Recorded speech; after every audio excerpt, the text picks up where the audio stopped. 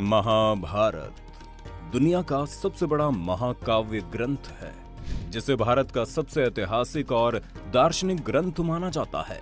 हिंदुओं के इस प्रमुख काव्य ग्रंथ को हिंदू धर्म में पंचम वेद माना जाता है। महर्षि वेद व्यास ने समस्त विवरणों के साथ महाभारत ग्रंथ की रचना की थी। हिंदू धर्म में मान्यता है कि महाभारत में उल्लेखित घटनाएं सत्य और प्रामाणिक है, लेकिन दुनिया में बहुत से ऐसे लोग हैं जो इसमें घटी घटनाओं को काल्पनिक मानते हैं।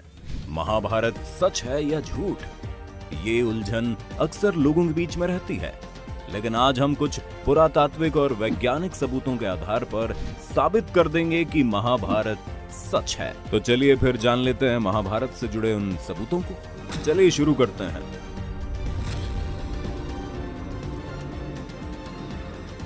कुरुक्षेत्र की लाल मिट्टी। दोस्तों, ये तो हम सभी जानते हैं कि महाभारत का युद्ध कुरुक्षेत्र में हुआ था, जो आज भी हरियाणा राज्य में स्थित है। कहा जाता है उस समय तबाही ला देने वाले युद्ध में बहे खून की वजह से वहां की धरती लाल हो गई थी।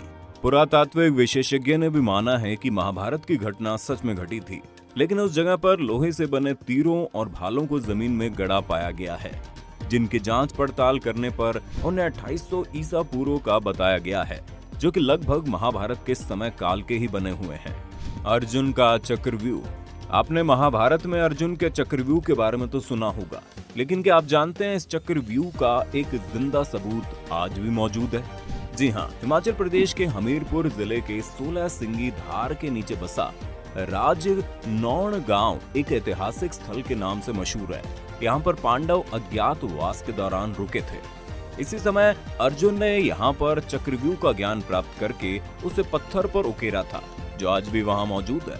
इस चक्रव्यूह को ध्यान से देखा जाए तो उसमें अंदर जाने का रास्ता तो साफ दिखाई देता है, लेकिन बाहर जाने का रास्ता पता नहीं चलता। इस जगह को पिपलू किले के नाम से जाना जाता है, जो आज भी मौजूद है। ब्रह्मास्त्र और आज के न्यूक्लियर वेपन। महाभारत में आपने ब्रह्मास्त्र के नाम के भयानक अस्त्र के बारे में सुना ही होगा। यह अस्त्र धर्म और सत्य को बनाए रखने के लिए ब्रह्मा द्वारा बनाया गया एक बहुत ही विनाशकारी परमाणु हथियार था, जिसे केवल दूसरा ब्रह्मास्त्र ही रोक सकता था।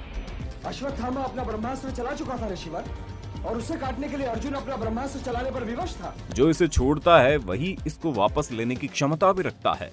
रामायण में भी लक्ष्मण ने जब मेघनाद पर ब्रह्मास्त्र से प्रहार करना चाहा, तो भगवान श्री राम ने लक्ष्मण को ये कहकर रोक दिया कि अभी इसका उपयोग करना सही नहीं है, क्योंकि इससे सारी लंका तबाह हो जाएगी और बेकसूरों की जान चली जाएगी।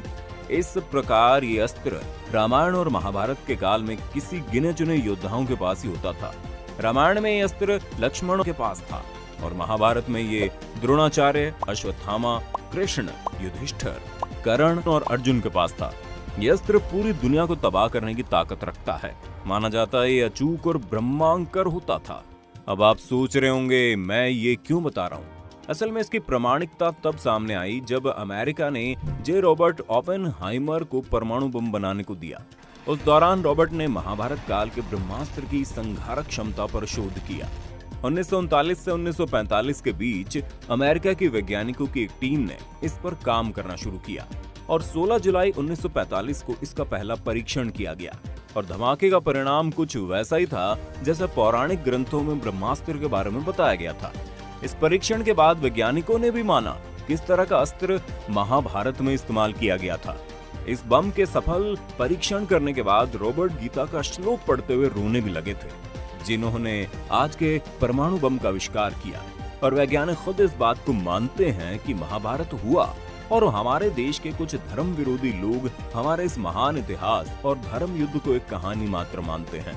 भगवान श्री कृष्ण की द्वारका नगरी। भगवान श्री कृष्ण द्वारका के राजा थे और महाभारत में इस बात की जानकारी मिलती है कि ये नगरी जलमग्न हो गई थी, यानी पूरा नगर ही पानी में समा गया था। लेकिन आपको जानकर हैरानी होगी कि पुरातत्व विभाग को गुजरात के पास समुद्र के नीचे एक पुराना शहर मिला है और इसके प्रमाणों से पता चलता है कि वही द्वारका नगरी है जिसका उल्लेख महाभारत में किया गया है।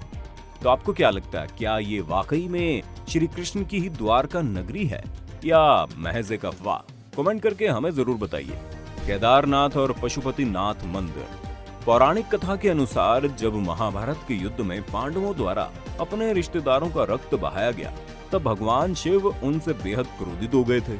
ऐसे में श्री कृष्ण के कहने पर सभी पांडव भगवान शिव से माफी मांगने के लिए निकल पड़े। गुप्त काशी में पांडवों को देखकर भगवान शिव वहां से विलुप्त होकर एक अन्य स्थान पर चले गए। आज इस स्थान को केदारनाथ के नाम से जाना जाता है। शिव का पीछा करते हुए पांडव केदारनाथ भी पहुंच गए, लेकिन भगवान शिव उनके आने से पहले ही भैंस का रूप लेकर वहां खड़े भैंसों के झुंड में शामिल हो गए। पांडवों ने महादेव को पहचान तो लिया, लेकिन भगवान शिव भैंस के रूप में ही भूमि में समाने लगे। इसी पर भीम ने अपनी ताकत के बल पर भैंस रूपी महादेव को गर्दन से पकड़कर धरती में समाने से रोक दिया।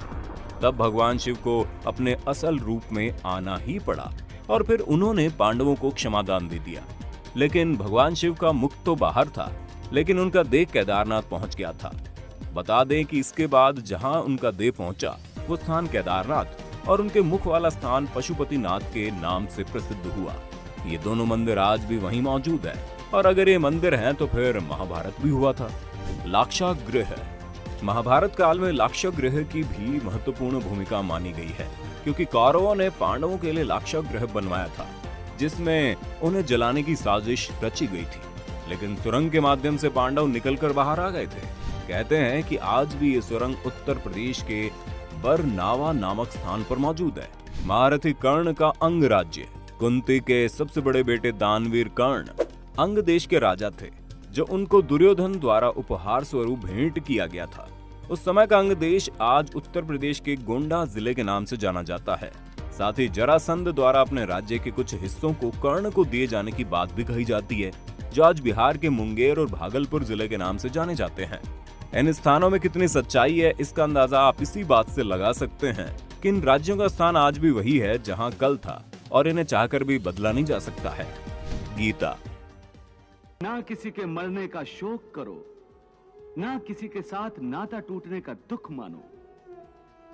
वैसे भी मेरी माया इतनी प्रबल है अर्जुन, कि जिन्हें तू समझता है कि तेरी मृत्यु के बाद शोक करेंगे, सारा जीवन रोते रहेंगे, वो भी असत्य है।